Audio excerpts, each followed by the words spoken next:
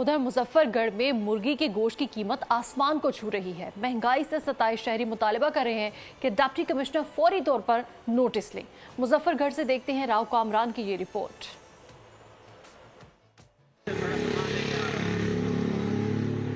मुल्क भर की तरह मुजफ्फरगढ़ में भी महंगाई का राज बरकरार। मुर्गी की कीमत आसमान से बातें करने लगी।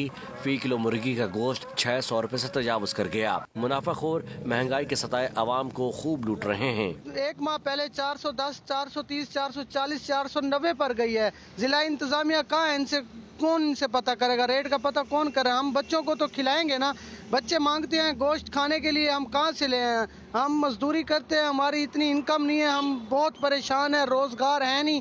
शहरी कहते हैं मुर्गी गरीब और सफेद पोश तबके की पहुंच से दूर हो गई है, लेकिन कोई पूछने वाला ही नहीं। प्राइस कंट्रोल कमेटियों ने भी खामोशी इख्तियार की हुई है। मुर्गी के गोश्त में रोज ब रोज इजाफा हो रहा है।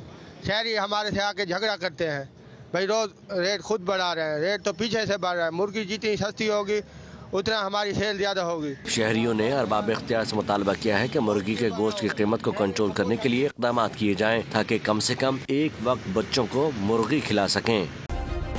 सब्सक्राइब करें और बेल दबाएं ताकि कोई खबर रह न जाए।